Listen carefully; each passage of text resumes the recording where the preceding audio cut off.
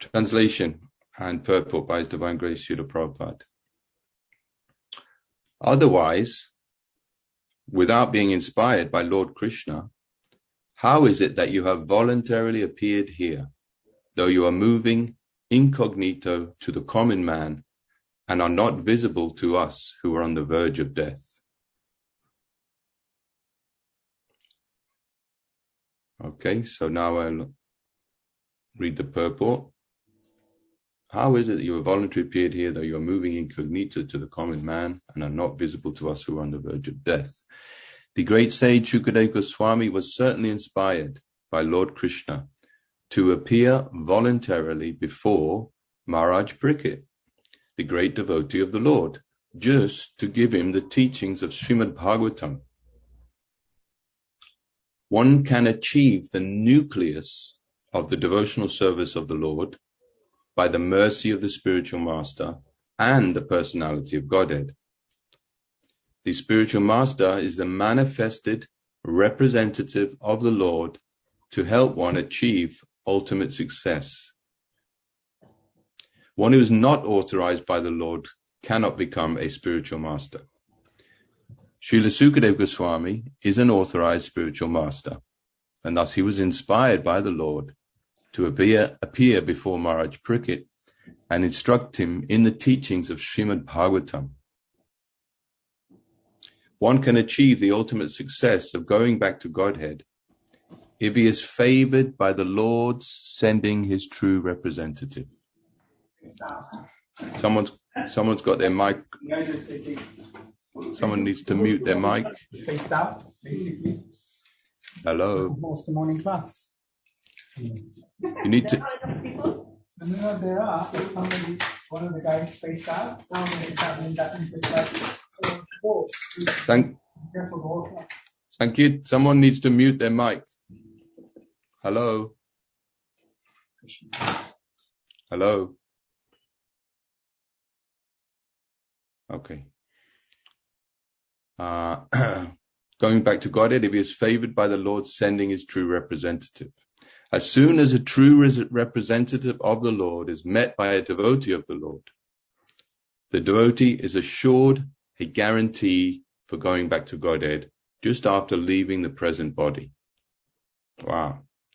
This, however, depends on the sincerity of the devotee himself.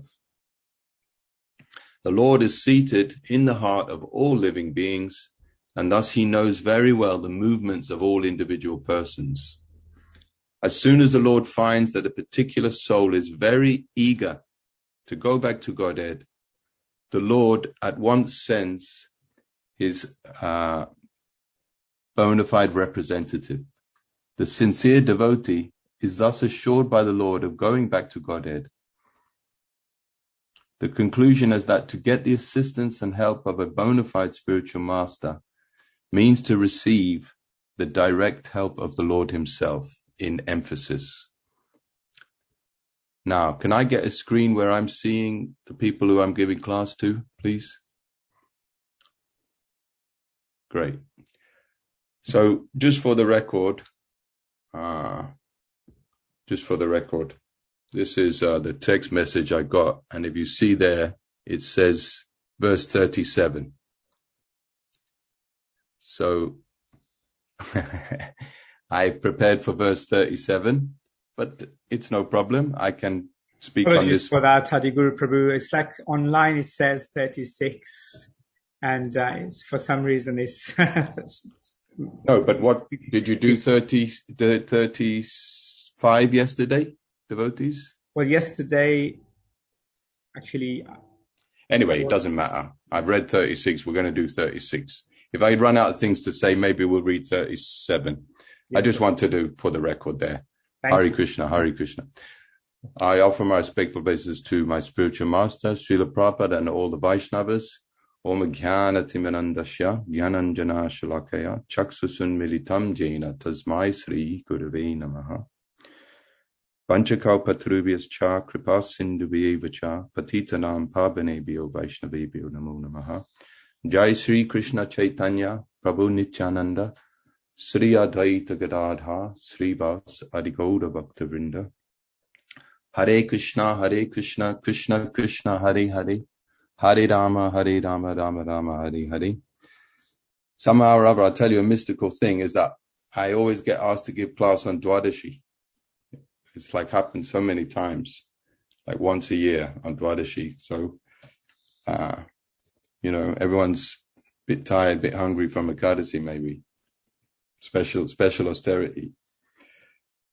So this is an amazing chapter of the Srimad Bhagavatam, and it's very dramatic, and it's the whole first canto, the beloved first canto of the devotees in ISKCON especially, has been building up to this dramatic entrance of Shukadeva Goswami. We had the grand opening, the sages in the forest of Namashranya, the explanation of pure devotional service, Vyasadeva, the author of the Bhagavatam, being inspired by his guru, Narada Muni, being chastised for writing all the Vedas, but not specifically writing about the pastimes of Krishna and his incarnations. And this is what the spiritual master teaches. Krishna says, Vedas aham eva vajo vedantakrit eva vid, eva chaham. That he is the author of the Vedas. He is that which is to be known by the Vedas. He is the knower of the Vedas. Elsewhere in the 13th chapter, Krishna says, Jnanam Gyayam Jnanagamyam. That he is knowledge, the object of knowledge, and the goal of knowledge. This is a recurring theme of the whole Vedas are meant for these three subject matters, Sambandha, Abhideya, and Prayojan. So we see the spiritual master, Shukadeva Goswami, he doesn't just come in, tell Parikshit, Maharaj, what you're doing, just chant Hare Krishna. You're going to die in 7 days. Just chant Hare Krishna and think of Krishna, Krishna's Supreme Personality of Godhead. No, he gives him these three processes of knowledge. Sambandha, Abhideya. What is knowledge? What is how to process that knowledge and how to reach the goal of that knowledge? Jiva Goswami, he uses different terms. He said there is three processes of knowledge. There is inquiry, assimilation, and taste. Asvadan, he says taste. So we've got to understand what transcendental spiritual knowledge is. It's not just book knowledge. Prabhupada would give this same example over and over again, that the lawyer, if he just studies the books independently and then goes and says, right, I've read all the books, I know them inside out, please give me my law degree and let me be a lawyer, they'll say, no, you have to learn under another lawyer. It's the same with a medical man. You can study all the medical books, but if you go to do surgery, they say, well, you can't do surgery, sir, until you've trained under a surgeon, the practical application of the knowledge in the books. So it's the same with any knowledge. You want to be a musician, even a bricklayer. Bricklayer may study bricklaying, then he goes to the bricklayer and he puts into practice. I've got to mix the cement. I've got to put it there and this. So then the goal after practice, assimilation, is that he's now an expert bricklayer and he can make the wall into different patterns, etc., etc. You get the idea. It's like musicians. They learn sa, re, ga, ma, pa until they know it backwards, inside out. But only when they practice, and they can embellish the music, then a big audience will come. Oh, he's such a good musician. It's the same music, it's the same 7 notes, but he has practiced, assimilated, and he's reached the goal of expertise. When I was a young devotee, I once asked Bhakti Chumaraj at the Bhaktivedanta Mana, he was giving Bhagavatam class. I said, Maharaj, in the Vedas, the goal is to become a pure devotee. It's it's the ultimate goal. So at the same time, the Vedas say there's so few pure devotees. They're so rare. Sudurlabha, Narayana, Parayana. So Maharaj answered very expertly. He said, the academic process, when you go to school to learn ABC, it ends with PhD. It ends with PhD. But so few people become PhDs. You see? So the whole process of academia, this system of education that we have in the West, is to go to PhD. And what is a PhD? He's done his degree. He's learned ABC. He's done his degree. He's done his master's. And the PhD is actually his own, practically his own individual realization of the subject. Right? Think about that. It's his own realization of the subject. Therefore, he produces basically an essay or a book, or they call it a paper, which is a unique understanding or angle of vision on the same knowledge of his field, whatever it is. So this is Abhideya Prayojan, Sambandha Abhideya Prayojan. And it's the same with Krishna consciousness. Now Arjuna, he's there on the battlefield, and in the first chapter, what's he doing? He's quoting the Vedas. To get him to, he's quoting the Vedas his understanding is incorrect. Krishna chastises him, says, you're a fool. You're speaking learned words, but you're a fool. Because Arjuna is quoting from 20 different Dharma Shastras. Maybe he doesn't quote them all, but Srila Prabhupada said in one lecture, there are 20 different Dharma Shastras. And the whole process of Vedic knowledge, Vedic culture, is to take the man from the gross animal stage of life, of eating, sleeping, mating, defending, and gradually bring him ultimately to the path of bhakti. All the paths of the Vedas are meant to come to this bhakti, this worship of the Supreme Personality of Godhead. So Prabhupada says in Kali Yuga, there is no time, there's no inclination for people to gradually go through these gradual processes. Jagya sankirtana praya yajantihi sumedasa. So be intelligent.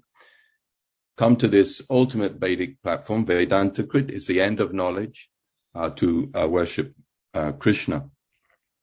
This is the whole teaching of Bhagavad Gita, and then this Bhagavatam is an expansion on this. So in the 4th chapter of Bhagavad Gita, you'll find Prabhupada's extensive purports about the step-by-step processes, brahmacharya, sacrifice of hearing, renunciation of possessions, detachment, celibacy, study, svajaya, sacrifice, charity, etc. And then, what is that? I always forget that verse at the end of the chapter. It says that yagya dana tapa jagya yoga. Anyway, that Krishna consciousness includes all these processes, all the process of charity and study and yoga are all included in Krishna consciousness. And Prabhupada says one can go through the step-by-step process, or he can directly take to Krishna consciousness, which includes all the other Vedic processes all together.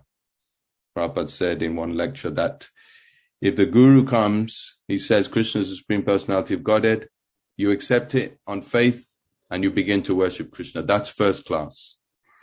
But if you doubt that and you have to then go to the Vedas and study them, it's a very long process.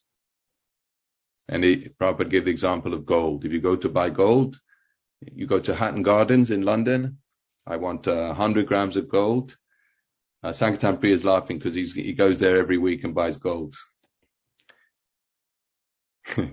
So you go, and if you say, well, is this really gold? And you start to doubt it and you want to do a test, you have to pay a lot of money for that test and this and that. So if you take it on faith, this is gold, then this is. So Prabhupada, here, Shukadeva Goswami, he's walked in, all the great sages of the universe are sitting there. Can you imagine the scene? Maharaj Parikshit, he's the emperor of the whole world. I love this chapter of Bhagavatam. Whenever I drive over the Yamuna in Delhi, when you drive to Vrindavan from Delhi, you cross over this river, Yamuna, and it's huge, absolutely huge. And his capital was there, Hastinapur. He's the grandson of Arjuna. And he sat by that river, said, I've got 7 days. What should I do? And there was many discussions amongst all the different munis and yogis like that. So no decision was made. And then in walked Shukadeva Goswami. And by his physiognomy, it was obvious this person has been sent. This is Krishna's arrangement. He is going to answer my questions. Even Vyasadeva was there. His father, Narada Muni, was there. No, Shukadeva Goswami, 16-year-old boy. This is the person who is going to answer my questions.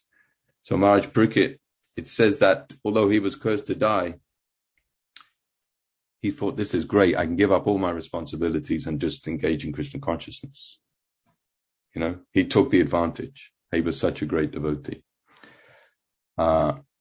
So back to that same thing I was saying about these process knowledge. So in the 4th chapter of Bhagavad Gita, there's such a famous verse. I want to read the full English just so we can relish. It's one of the most beautiful verses in the Bhagavad Gita. I'm sure many of you know it by heart, but I just want to read the English perfectly. And excuse me for not being...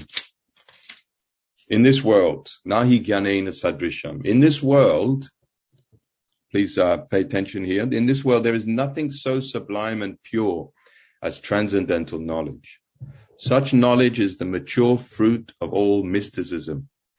And one who has become accomplished in the practice of devotional service enjoys this knowledge within himself in due course of time. And Prabhupada says in the purport that this knowledge, when we talk of this knowledge, we do so in terms of spiritual understanding, right? So the next time you're in Mayapur or Vrindavan and some brahmachari comes up to you and says, did you know this is the only guru? Or did you know that Jiva doesn't fall from the spiritual world? Or the earth is flat? And he's saying, jump. If you just know this, then all your problems are over. This is not knowledge. You understand? It's not book knowledge. This is not what we're about. Tadvidi pranipatena pariprashnena. Abhideya kriti sajja bhavet sajja bhava sa sadhana bida. Nichasita shabhavasya prakacham ihas sajjati. So what we're doing in Krishna consciousness is we're practicing the Sambandha. We've received the Sambandha.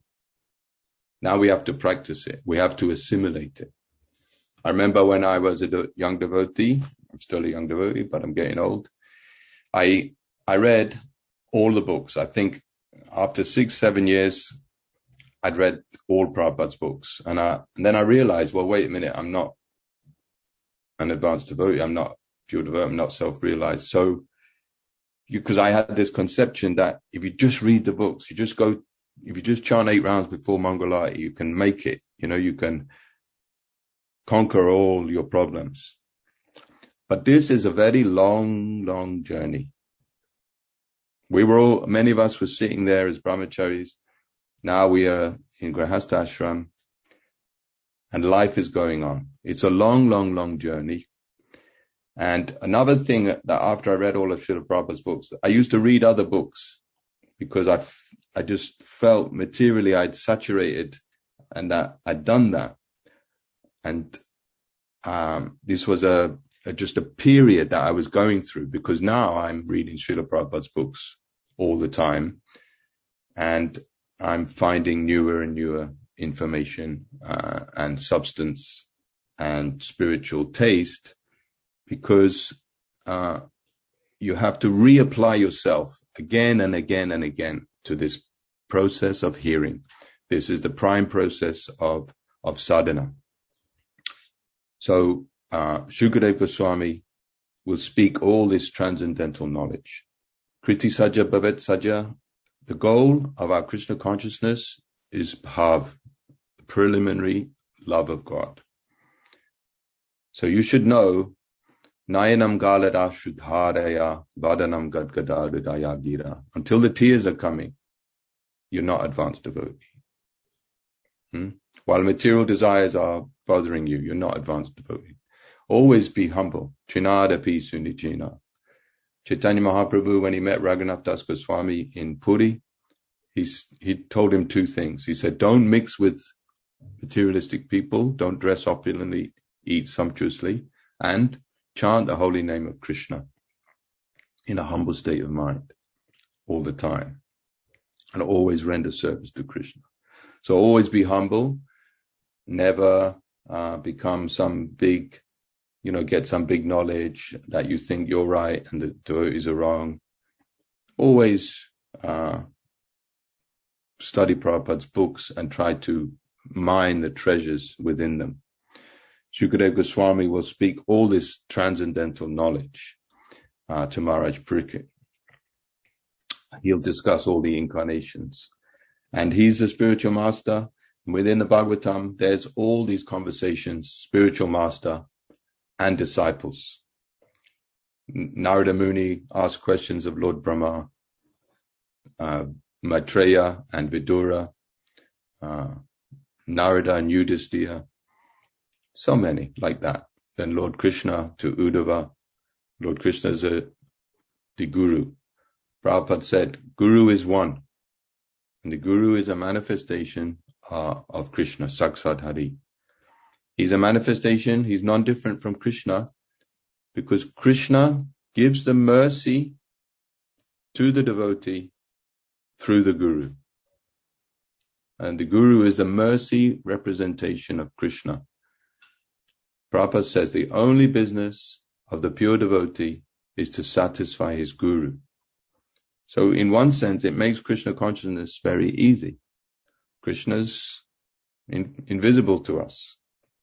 He's in our heart.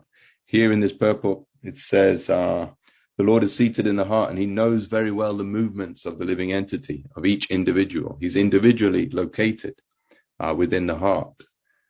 So in another purport, Prabhupada says, Krishna knows all the psychic movements of every individual. So he knows your psychic movements. He knows how you think, what you're thinking. So our business is to purify that over and over again by Shravanam and Kirtanam.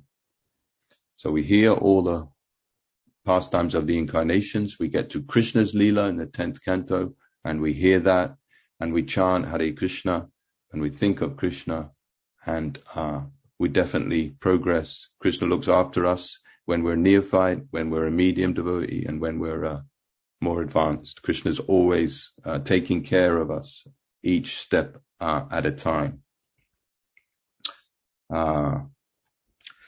Questions and answers by the Guru and disciple. One time I asked my Guru asked me, he was mourning, any questions? And I said, no, I didn't have any. He said, you should have always questions. He said, in the Bhagavatam, they ask questions, they know the answer. They know the answer to the questions they're asking, Narada Muni, Yudhisthira, Maharaj Parikshit.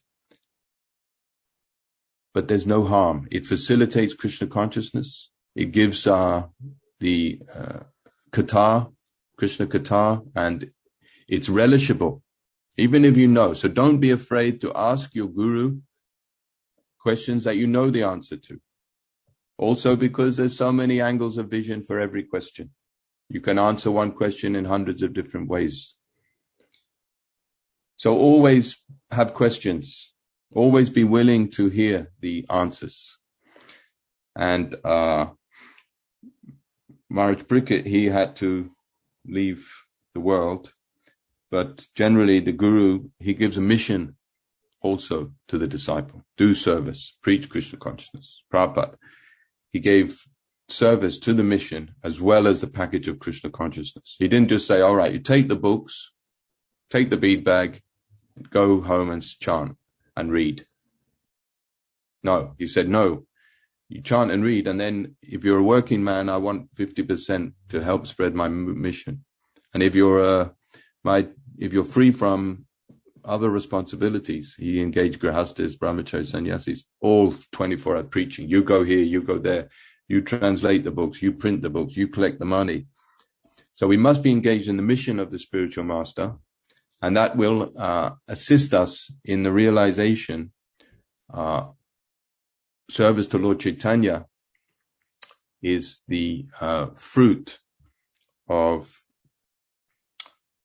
hearing and chanting. There must be some practical application as well within the material world.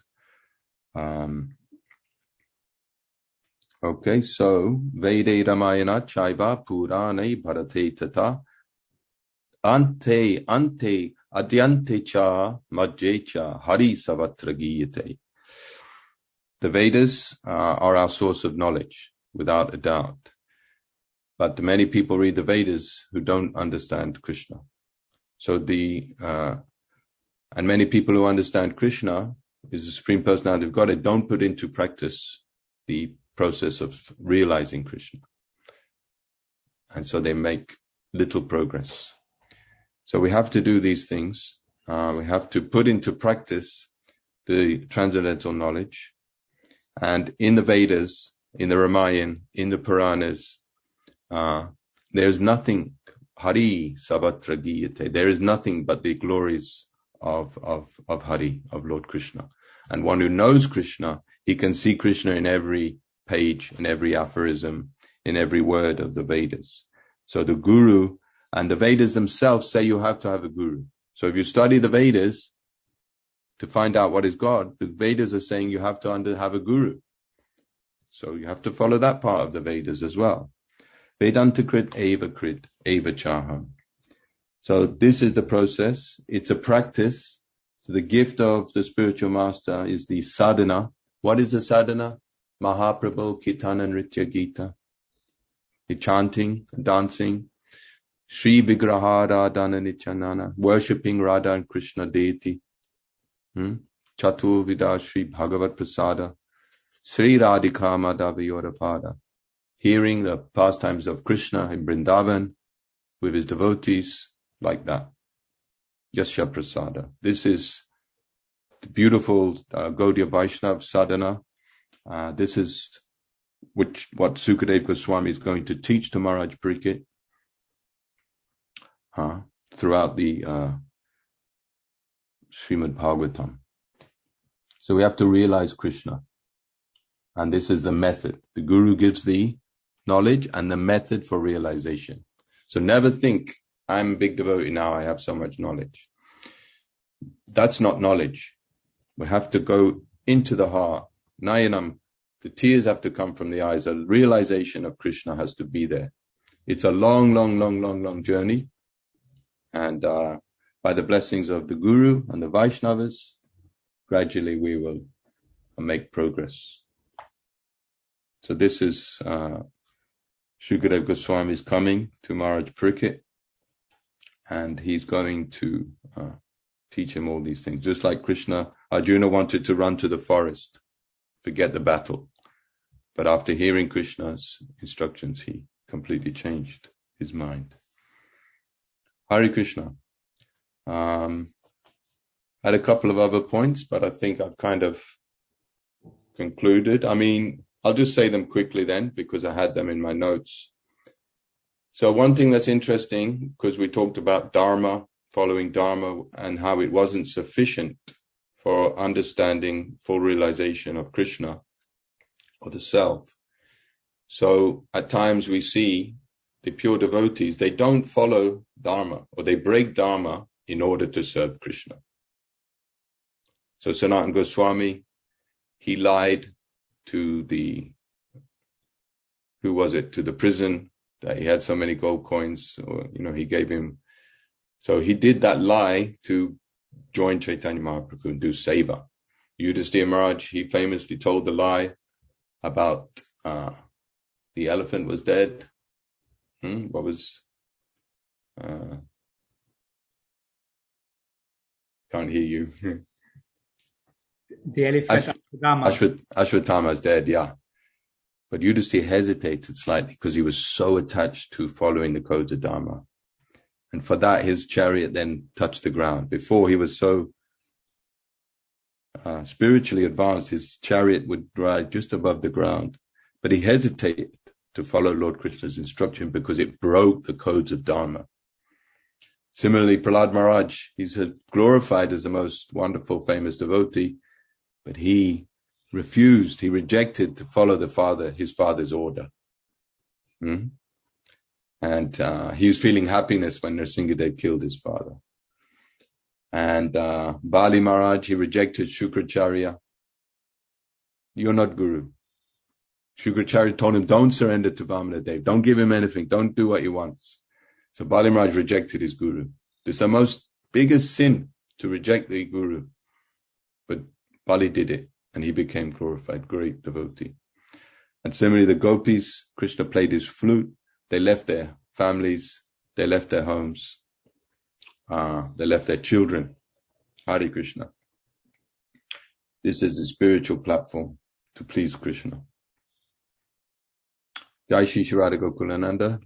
Now you're doing something that I cannot do so easily, taking darshan, Radha Gokulananda. We miss Radha Gokulananda a great deal. We miss all the devotees. Hare Krishna. Maybe we can give you darshans later on, Prabhu. Yes. So thank you very, very much for your kind attention. I hope you're all very well. And I hope you're dying to go out into the material world and preach to the conditioned souls as soon as you can. And you're not all cooped up in there doing too many education courses. Hare Krishna.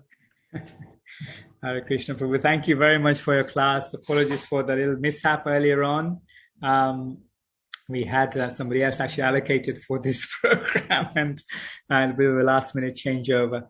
Thank you for bearing with us. Very nice class.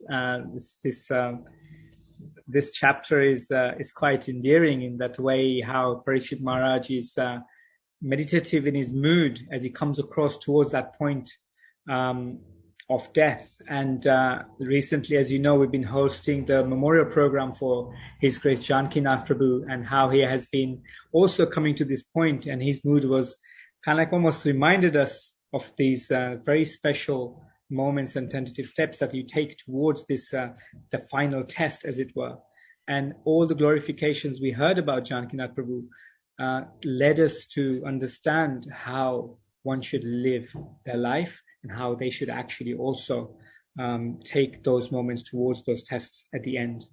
So it's been a very nice class. They led us through many nice points, especially starting with the basics that we all need grounding within Sambandha, Abhidaya, Prayojana, and understanding about listening. You also referenced how His Holiness Bhakti Charu Maharaj, my Guru Maharaj, actually told you about the process of education and how we should accept this faith this knowledge as faith and become the first class devotees. Devotees, if you have any questions for Adi Guru Prabhu, then please either post them on here, or you may want to ask yourself. Sam Prabhu.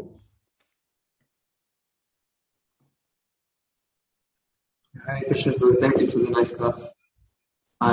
Just a quick question based on, you were speaking in the beginning about how the first class disciple has just faith. The Guru, whatever the Guru is, the Guru says Krishna is real, then I should accept him and worship. But from a Western background, our whole upbringing is completely against that, to accept something blindly. So how do we kind of overcome this natural tendencies of our minds and conditioning to reject this blind following or accepting something? Yes. I just heard a lecture, and they asked Srila Prabhupada, how do we know if we accept, but how do we know that it's the right path or like that? So Prabhupada says, by your, what did he say? He said, by your realization.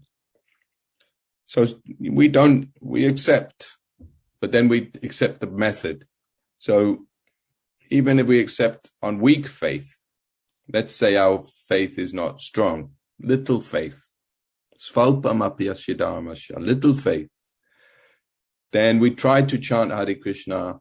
We come to the temple, we take prasadam with the devotees. Then our faith will very quickly increase, because very quickly, Raja Vidya Raja Guyam Prakchaksa Vyagamam Damyam.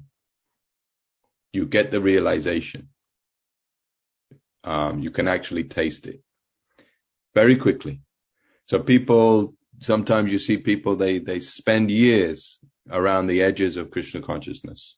And then suddenly they pick up their bead bag and surrender a little bit, and they make really rapid acceleration.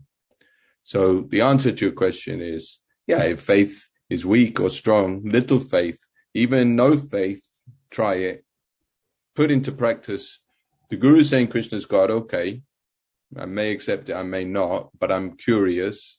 Little inclination is there. So let me chant Hare Krishna mantra on beads. Let me try that. Let me read Bhagavad Gita. So very quickly, if you apply yourself, pratyakshavaman damyam, you get the realization. So it's not a question of,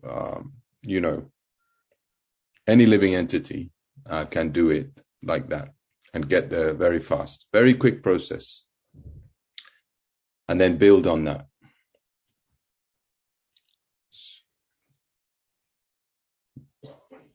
Okay. Another question? Where is that verse? It's 971 or 91? 972. We have a question from the temple room. Yes. By His Grace, Rasaraj Krishna Prabhu. Hare Krishna Prabhu. Hare Krishna. I'm listening. Thank you for your class. In the beginning of your class, you were talking about inquiry, assimilation, and then taste. Mm-hmm. Could you elaborate what exactly was the context of this three-step process? Yes. Yes and no. It's in my notebook. I'd written it from somewhere. I'd written it from Jiva Goswami's Tattva Sandarbha.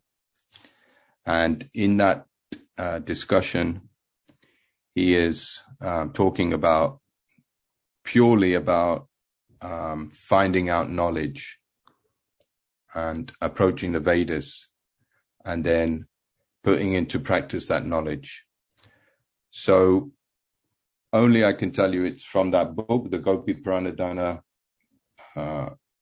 edition, beautiful edition, Tattva Sandarbha, Jiva Goswami. It's very philosophical, technical. And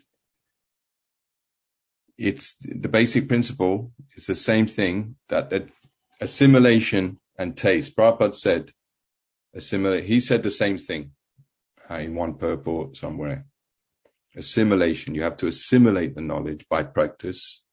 You hear it, you hear it, you hear it over more and more and more, hearing. Prabhupada said the perfection is to get free from all other engagements and simply hear about Krishna, Krishna's Leela. So you can't do that until you have taste for it.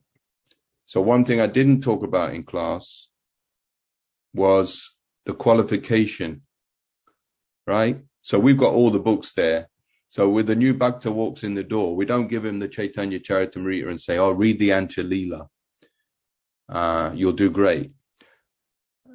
Even we ourselves, we read the Bhagavatam, maybe within 4 or 5 years, and then we read the CC, Chaitanya Charitamrita, but we can't really access a lot of the, well, we can't access a lot of the verses. They don't really enter into our deep consciousness because we don't have realization. We're not qualified. So the book is there, the words are there on the page. So to get to the stage of taste, we have to qualify ourselves. This is what we're doing in Krishna consciousness. We're neophyte devotees and we're qualifying ourselves. We're serving the pure devotee Prabhupada, who is the representation of Lord Chaitanya. So we're serving Lord Chaitanya. And by this service, and hearing together, we get more and more and more qualified to taste to taste the Vrindavanam Sakhi Bhugo Vitanoti Ketam, the descriptions of Krishna. The descriptions of Krishna are ornaments for the ear, but we're not wearing it as an ornament because we are so full of our past anarthas, Kali Yuga, like this. So we're trying to live a cultural experience, purify our consciousness, Cheto Tapana Marjanam, Savatma Snapanam, Param Vijayate. So we're doing this directly. Krishna consciousness is a direct process, Pratyakshasvamam, direct perception. That's the word I was looking for.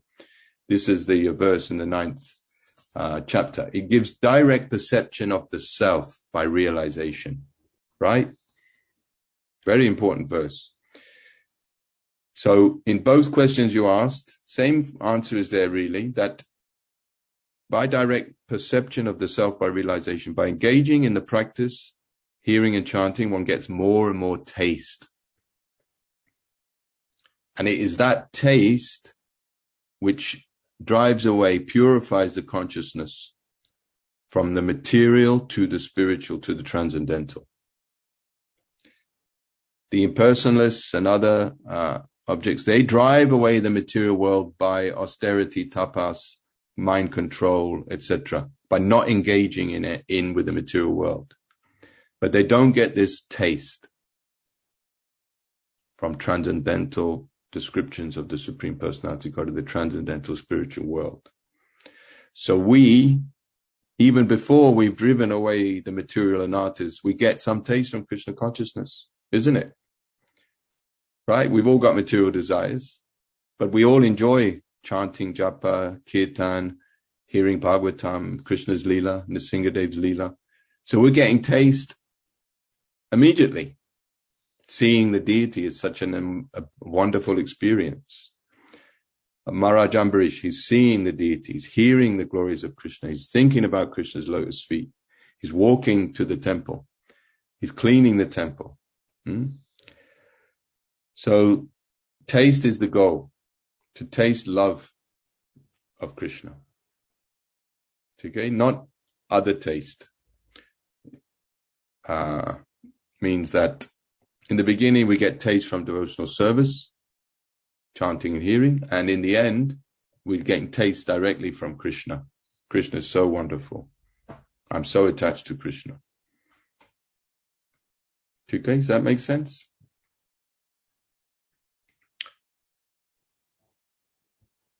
Thank you, Prabhu. We do have also one more question from Nitai Mataji on the chat. Basically, she's asking for clarification around the influence of the three modes of material nature on our Krishna conscious journey. She's basically saying, thank you very much for the points on Krishna consciousness. My question is even that we understand Krishna as the Supreme Personality of Godhead. Nothing happens in reality without his sanction. And we have to have that as a realization, as you mentioned. Yet somehow, sometimes we tend to forget due to our association with the influence of three modes of material nature. Maybe if we can try and clarify that or explain that a little bit more about our association, so stringent association with these three modes of material nature and how we are so incumbent in forgetting our relationship with Krishna, Supreme Personality of Godhead. Yeah, it's like you're drowning and you've got Krishna consciousness. So every now and then you come up for a little air and you feel good about it. And so you carry on. So you've got to just keep trying. That's all. There's no shortcut. We're in the modes, we're born in the modes. We've been in the material world in the modes, in various types of bodies for millions of lifetimes. So the process of Krishna consciousness, savatma snapanam, cetadapanam ajanam bhavata mahadava, is to the fire of material conditional life is extinguished in proportion to your application to the process of Krishna consciousness. So if you get up in the morning, chant Hare Krishna and read, this is your basic thing that you need to do. You need to read, you need to chant.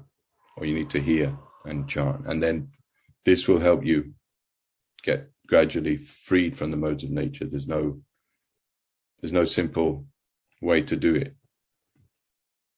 By your practice, by application of the practice. So you start and then you build up.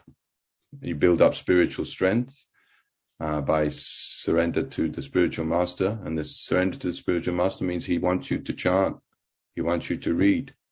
He wants you to do seva. So the more you do this, the more you get free from the modes.